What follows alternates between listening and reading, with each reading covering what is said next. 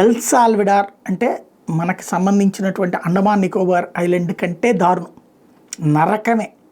రక్తాన్ని చూసేటటువంటి క్రూరమైన క్రిమినల్స్ ప్రపంచవ్యాప్తంగా ఉండేవాళ్ళు అనేక మంది ఎల్ సాల్వడార్ జైళ్లలో ఉన్నారు.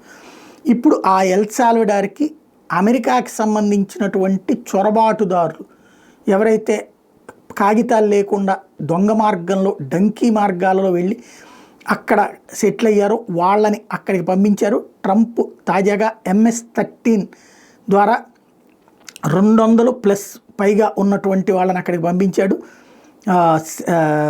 ఎస్పెషల్లీ ఆర్గ్యువా కార్టెల్ మెంబర్స్, అంటే ఒక దేశాన్ని నాశనం చేయడానికి, వెనిజులా దేశాన్ని నాశనం చేయడానికి ప్రయత్నించిన ఉగ్ర సంస్థల నాయకులని అమెరికా భావిస్తుంది. వాళ్ళందరినీ కూడా ఎల్ సాల్వడార్ ప్రిజన్కి పంపించారు.